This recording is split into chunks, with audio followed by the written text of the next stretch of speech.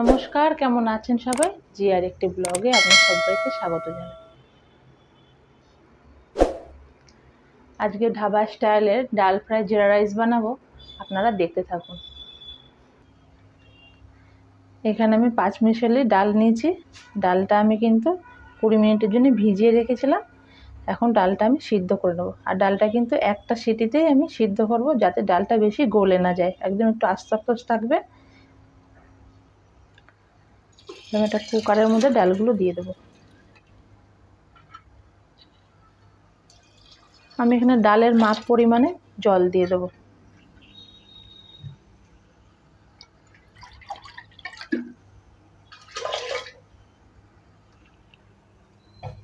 এখানে আমি 1 চামচি মতো লবণ দিয়ে দেবো। এখানে হাফ চামচি আমি হলুদ গুঁড়ো দিয়ে দেবো। আর সামান্য একটু তেল দিয়ে দেবো, যাতে ডালের ওই জলটা না উবড়ায়। এখানে ডালের কুকার বসিয়ে দিয়েছি। আর এখানে আমি রাইস বানাবো, জিরা রাইস, তার জন্য একটা পট বসিয়ে দিয়েছি। আর পটে আমি জল গরম বসিয়ে দিয়েছিলাম আগের থেকে। আর এখানে আমি কিন্তু চালটা আধ ঘন্টা আগে ভিজিয়ে রেখেছিলাম, বাসমতি চাল নিয়েছি এখানে আমি। এবার আমি ভাতটা বসিয়ে দেবো। এগুলো আমি দিয়ে দেবো।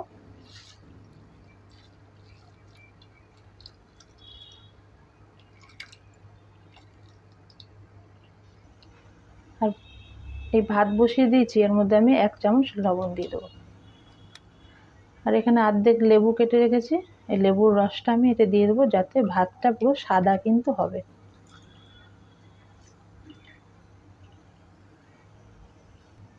এবার আমি ঢাকনাটা ঢেকে দেবো। আর ভাতটা কিন্তু আমি 80% সিদ্ধ করে নেব। ডালে একটা সিটি বেজে গেছে, এবার গ্যাসটা অফ করে দেবো। ভাত আমার হয়ে গেছে।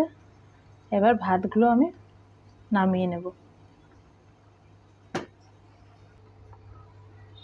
ডালটা দেখুন, ঠিক এইভাবে সিদ্ধ করতে হবে। এখানে আমি একটা কড়া বসিয়ে দিয়েছি। কড়াতে আমি 2 থেকে 3 চামচি এখন তেল দিয়ে দেবো।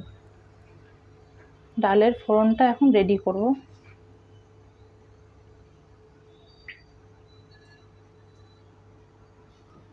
এখানে আমি তেলটা আমার গরম হয়ে গেছে। আর গ্যাসের ফ্লেম কিন্তু একদম মিডিয়াম রাখতে হবে, যাতে জিরে সব রকম মশলা পুড়ে না যায়। এখানে আমি হাফ চামচ জিরে দিয়ে দিচ্ছি।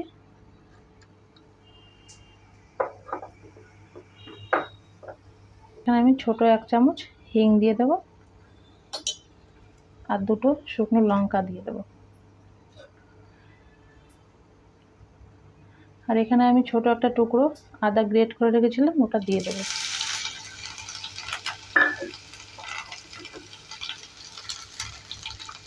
আর এখানে 10 থেকে 12টা রসুনের কোয়া আমি কুচি করে কেটে রেখেছিলাম, সেটা দিয়ে দেবো। তো সুন্দর করে এটাকে ভেজে নেব।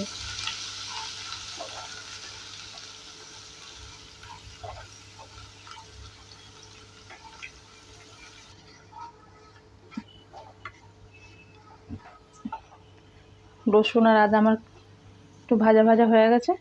আর এখানে আমি একটা বড় সাইজের পেঁয়াজ কেটে নিয়েছিলাম, ওটাকে দিয়ে দেবো।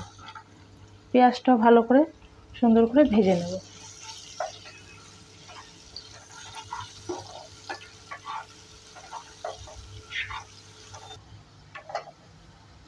পেঁয়াজ আমার ভাজা হয়ে গেছে সুন্দর হয়ে। আর এবার এখানে একটা একটু বড় সাইজের একটা টমেটো কেটে রেখেছি, সেটা দিয়ে দেবো। আর এখানে 2টো লঙ্কা কুচি রেখেছিলাম, সেটা দিয়ে দেবো।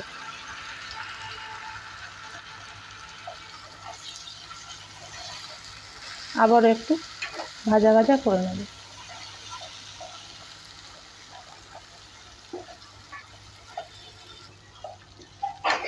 আমি এখানে টমেটোগুলো বেশি ভাজবো না, টমেটোগুলো যাতে গলে না যায় সেটা একটু লক্ষ্য রাখতে হবে।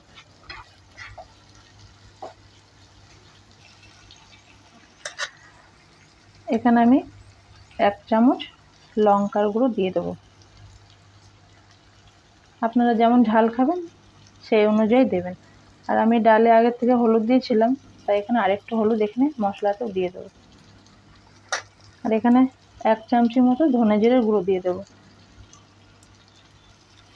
এবার এগুলোকে আমি সুন্দর করে আবার এই টমেটোর সাথে কষিয়ে নেব।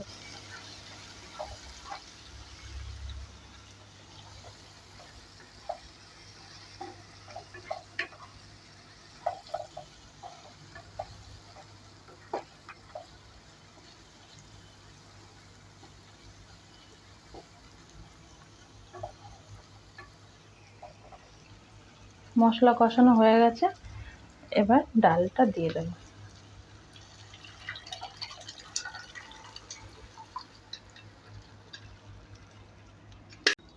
জিরা রাইসের জন্য এই জিরের ফোড়নটা রেডি করে নিচ্ছি, ভাতে দেব সেটা।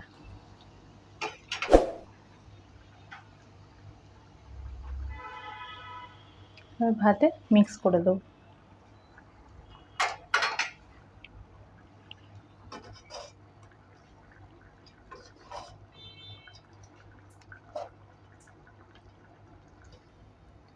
এবার এতে ধনেপাতা কুচি ছিটিয়ে দেব।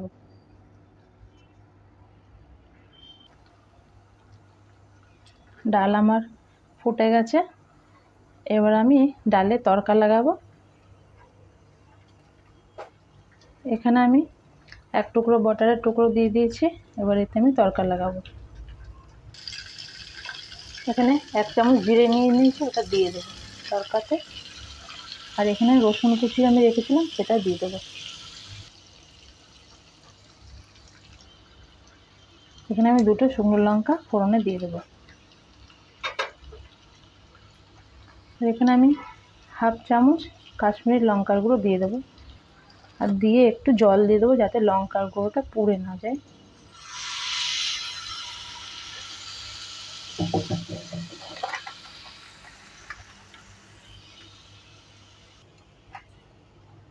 তড়কা আমার রেডি হয়ে গেছে, এবার আমি ডালে দিয়ে দেবো তরকারিটা।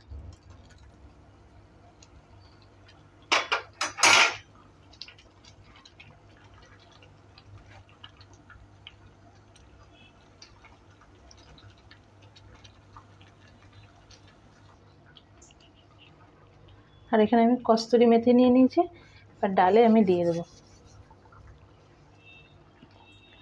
আর এখানে 1 চামচ আমি কিচেন কিং মশলা নিয়ে নিয়েছি, সেটাই দিয়ে দেবো। কিচেন কিং মশলা দেওয়াতে কিন্তু ডালটা একদম পাঞ্জাবি স্টাইলে খেতে লাগে।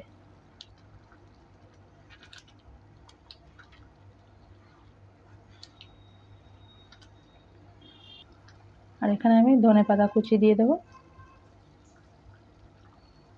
এবার গ্যাসটা অফ করে দেবো।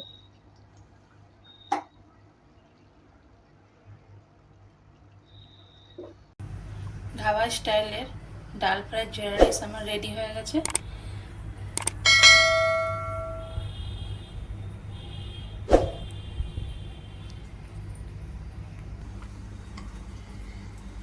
আপনাদের আমার রেসিপিটা যদি ভালো লেগে থাকে একটা লাইক করবেন, কমেন্ট করবেন, আর ফলো করবেন ফেসবুক থেকে, আর আমার ইউটিউব চ্যানেলটাকে সাবস্ক্রাইব করবেন।